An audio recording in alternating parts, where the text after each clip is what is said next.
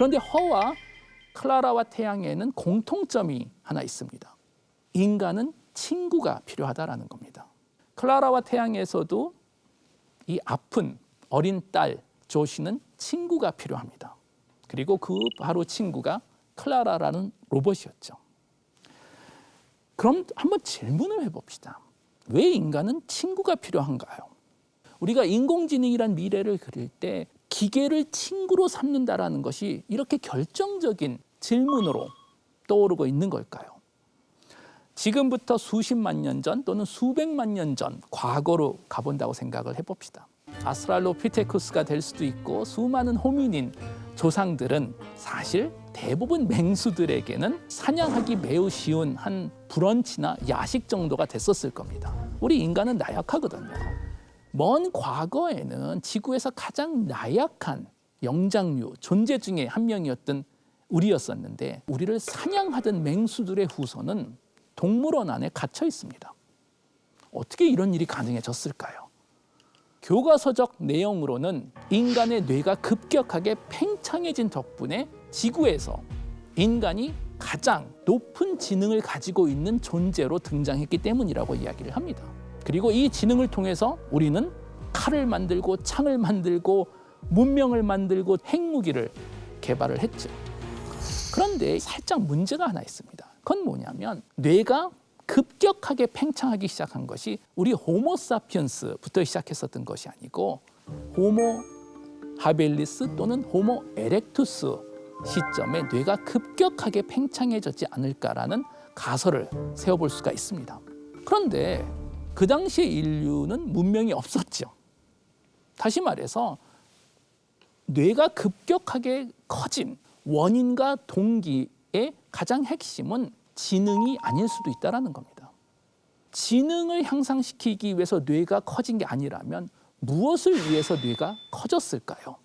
최근에 많은 진화학자들이 가설하는 것은 친구를 얻기 위해서이지 않을까라는 가설을 세워봅니다. 이게 무슨 얘기일까요? 옥스퍼드 대학교 심리학과 교수님이시죠. 로빈 덤바라고 유명한 책을 과거에 쓰셨죠. 도대체 인간은 친구가 몇 명이나 필요할까라는 책이고 놀랍게도 사실 답이 있습니다. 로빈 덤바 교수님이 인간 역시 영장류 중에 한 종이기 때문에 연구를 해보신 거예요. 영장류들은 사회적인 동물입니다. 그룹으로 살고 있겠죠. 그래서 그래프를 그려서 한 축에는 영장류 종의 뇌의 크기, 반대축에는 그 영장류 종이 살고 있는 그룹의 크기를 그려봤더니 거의 1대1 매칭이 되더라는 거예요. 결과적으로 봤을 때 이런 사회적인 그룹을 유지하기 위해선 우리는 서로 간의 관계를 기억할 수가 있어야 됩니다. 내가 상대방한테 글쎄요, 일주일 전에 바나나 3개를 줬는데 얘는 나한테 바나나를 몇 개 줬을까? 이런 식으로 사회적인 그룹에선 서로 간의 거래 관계를 우리가 반드시 기억을 해야만이 사회적인 그룹이 유지될 수 있다고 알려져 있는데 그렇다면은 상당히 많은 기억력이 필요합니다. 아까 말씀드렸던 대로 인간은 매우 나약하죠. 우리 혼자 맹수하고 싸우면 아마 맹수가 이길 겁니다. 그렇지만 친구 10명하고 합쳐서 협업을 해서 맹수하고 싸우면 인간이 이기겠죠.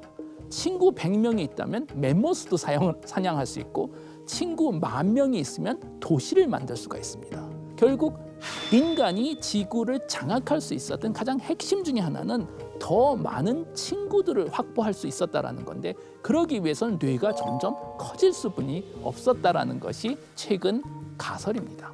그런데 친구가 많아지면 많아질수록 문제가 하나 생기기 시작합니다.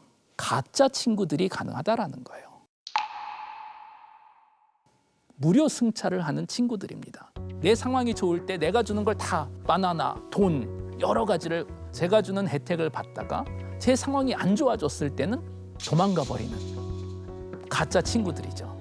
그런데 자연적인 상태에서는 이런 무임 승차하는 가짜 친구들이 오래 유지될 수가 없습니다. 세상 자체가 워낙 험난하기 때문에 계속 가짜 친구와 진짜 친구가 자연적으로 식별되는 상황이 벌어진다는 거예요.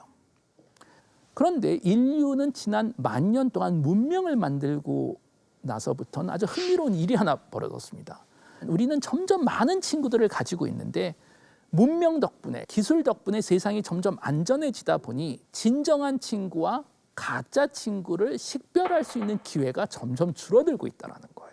페이스북, 인터넷에 수백, 수천 명 내 친구라고 주장하는 이 친구들의 사실 대부분은 본인 스스로를 위해서 우리 친구인 척을 하는 그런 가짜 친구이지 않을까, 그런 생각을 우리는 계속 갖고 있어서 문명이 발달하면 발달할수록 글쎄요, 뭔가 찜찜한, 이건 아닌 것 같은데, 그렇지만 식별할 수 있는 방법이 없는 이런 상태에서 우리는 살고 있지 않을까 생각해 볼 수 있습니다.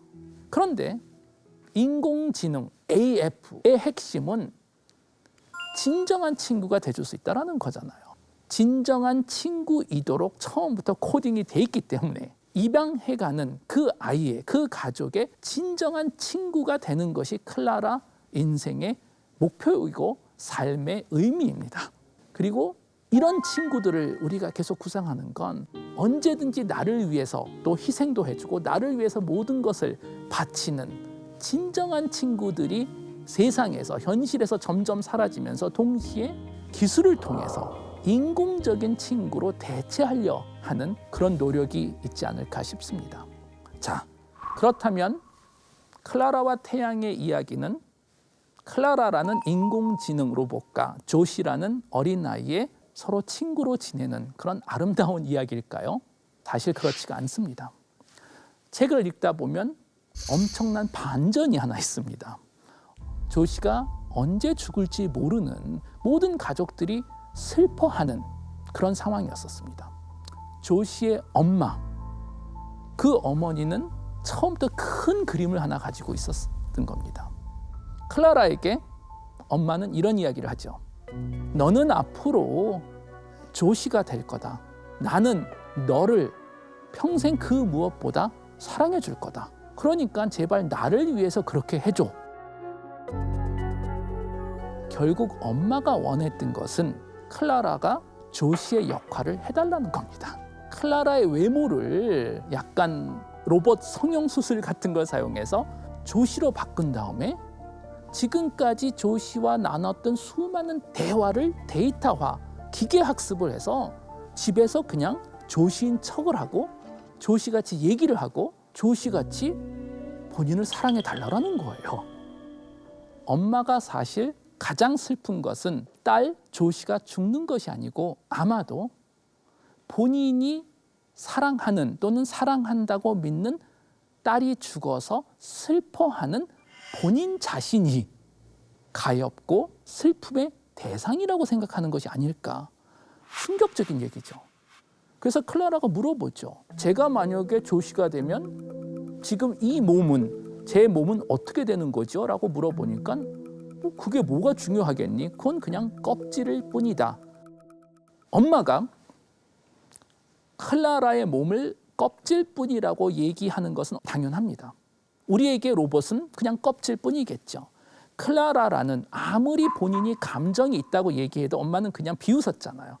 야, 너는 로봇인데 네 조상은 전자레인지인데 뭐 네가 무슨 감정이 있겠냐. 그런데 흥미로운 것은 엄마에게 조시 역시 껍데기뿐이라는 거잖아요. 조시라는 주체적인 인간 한 명이 사라진다면 비슷한 껍질 그리고 비슷한 말을 하는 인공지능으로 대체해도 상관이 없다라는 거잖아요. 결론은 뭐냐면 엄마에게 이미 로봇뿐만이 아니고 다른 인간 그리고 본인이 그렇게 사랑한다는 딸조차도 외면적인 존재라는 거예요. 조시 내면적인 세상에 어떤 감정이 있고 어떤 생각이 있는지는 아무 문제가 안 된다라는 거예요. 겉모습만 비슷하면 되지 않을까? 비슷한 기능을 하면 된다라는 거예요. 그리고 이 기능은 본인을 위한 기능입니다. 딸이 있어야 되는 이유는 본인이 사랑해줄 수 있는 대상이 필요하기 때문에. 조시는 그 역할을 했었고 이제 조시가 사라지면 클라라가 비슷하게 그 역할을 해주면 엄마가 얘기한 대로 나는 너를 평생 그 무엇보다 사랑할 거야. 진정한 사랑이 아니고 그냥 본인이 사랑하는 그 자체가 본인한테 중요한다라는 거예요. 이런 관점에서 보면 이런 질문을 해볼 수가 있겠죠. 어쩌면 우리 모두 이미 다른 사람들을 마치 AI같이 취급을 하는 것이 아닐까. 다른 사람을 독립적이고 내면적인 희망과 생각이 있는 존재가 아니고 내가 원하는 것을 만족시켜주는, 나를 행복해주는 그 기능을 가진 존재로 보는 게 아닐까라는 질문을 던지는 것 같아요.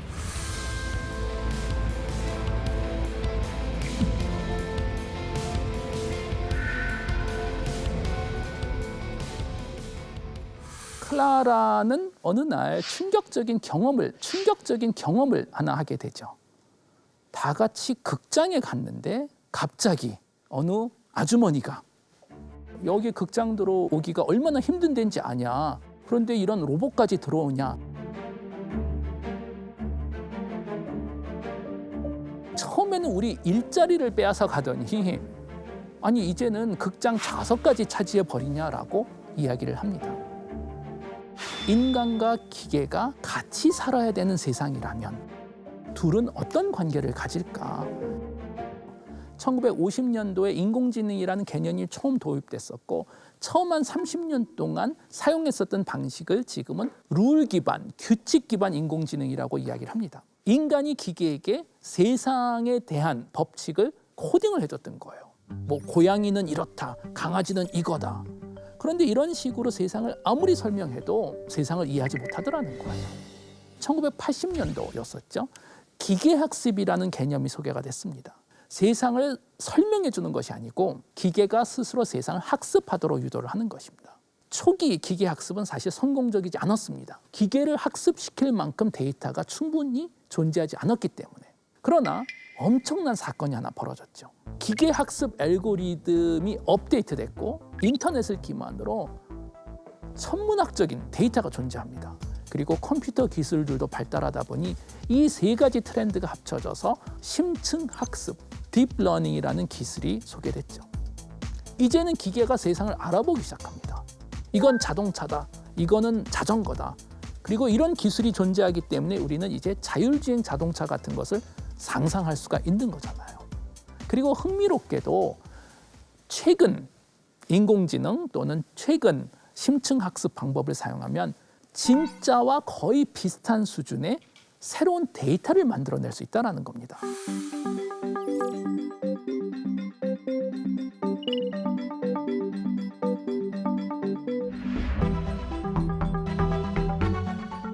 여기에 소개된 인물들 중에는 지금 가짜가 있습니다. 어느 얼굴이 가짜인지 구별 혹시 가능하시겠어요?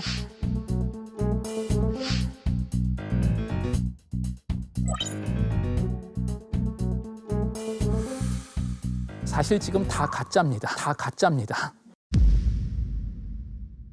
thispersondoesnotexist.com이라는 사이트에 가보시면 심층학습 방법으로 새로운 얼굴을, 인물을 그려주는 현실에서 존재하지 않는, 그렇지만 현실과 너무나도 비슷한 데이터를 만들어낼 수 있다는 겁니다. 이 인물들은 인터넷에 올라와 있는 일반인 얼굴 확률 분포로 만들어낸 가짜 얼굴들입니다. 그러다 보니 일반인들하고 매우 비슷하게 생긴 거라는 거예요. 제가 사실 최근에 해외 출장도 못 가다 보니까 너무 우울해져서 한 3-4시간 이거를 해본 경험이 있어요. 제가 이걸 3-4시간 해본 사람으로서 여러분들한테 아주 팁을 하나 드리고 싶은데 그건 뭐냐면 꼭 화면을 캡처하셔야 돼요. 한 3-4시간 동안 수만 명, 수천 명의 인물을 만드시면 100% 제가 보장해 드리는데 여러분들이 항상 꿈꿨던 이상형의 얼굴이 등장합니다. 저는 캡처하지 않았더니 그분이 다시는 안 나타나는 거예요. 요즘도 매일마다 그 얼굴을 찾고 있는데 역시 진짜 인생하고 비슷하게 다시는 등장하지 않더라고요. 이런 최근 인공지능 기술은 불평등을 알고리즘화하지 않나라는 걱정을 많은 분들에게 하게 합니다. 예를 들어서 검색 엔진에 교수, 프로페서라는 단어를 치면 대부분 등장하는 인물들이 백인 남성들이 등장합니다. 그런데 같은 검색 엔진에 흑인 청소년, 블랙틴이라는 단어를 치시면 대부분 감옥에 가 있더라고요. 이 이야기는 무슨 얘기냐면 인터넷에 올라와 있는 데이터가 이미 중립적이지 않다는 거예요. 인터넷에 올린 데이터를 누가 올렸을까요? 확률적으로 선진국, 잘 사는 나라, 그리고 평화로운 나라 소비자들이 만들었겠죠. 그러다 보니 확률적으로 인터넷에 있는 데이터에는 편파성이 이미 포함되어 있다는 거예요. 편파적인 데이터를 가지고 만들어진 인공지능 기술이 더 극단적으로 편파적인 데이터를 만들어낼 수 있다는 겁니다. 그럼 문제가 생기지 않겠어요?